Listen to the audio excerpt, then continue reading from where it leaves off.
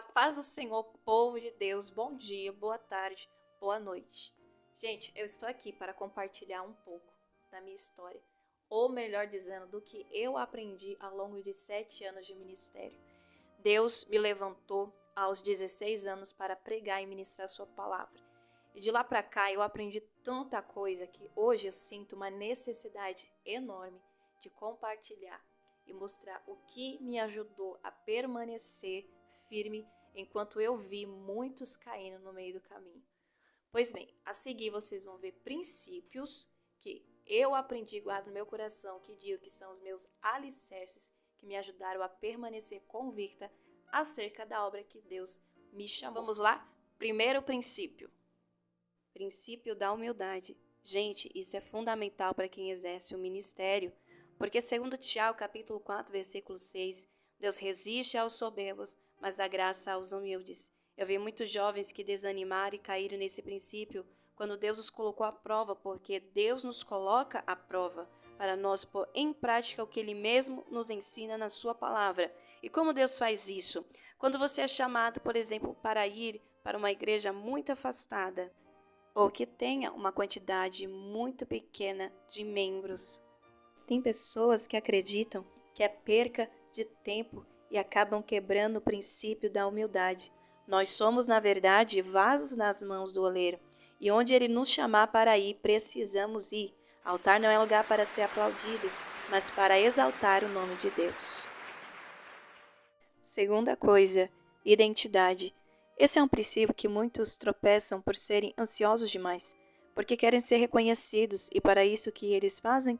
Copiam jargões de outros pregadores, copiam os esboços de outros pregadores. Entenda, isso não funciona. A palavra na boca do outro pregador é a palavra que Deus deu para ele.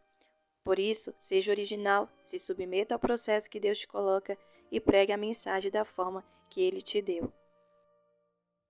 De ter certeza que uma pregação sincera vai mover muito mais a igreja do que se você trazer uma pregação copiada. Terceira coisa, a graça, a preciosa graça.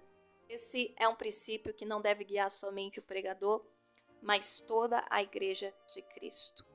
Porque segundo que está escrito em Efésios capítulo 2, o versículo 8 ao 9, o Senhor diz: pois vocês são salvos pela graça, por meio da fé.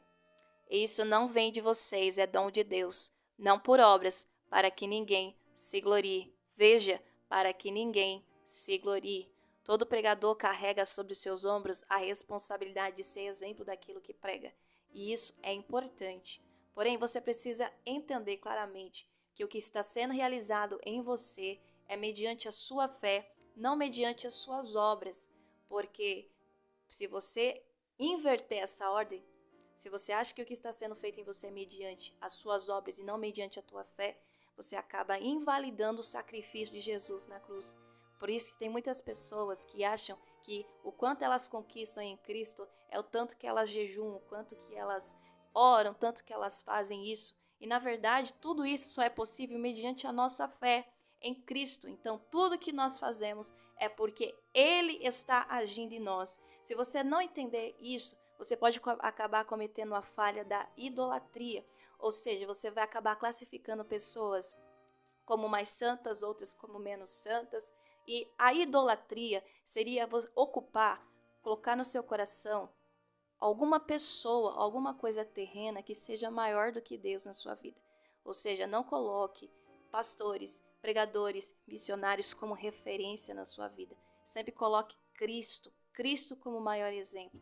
Porque essas pessoas que nós admiramos também são falhas como nós. E elas conseguiram tudo só mediante a graça e a fé em Jesus Cristo.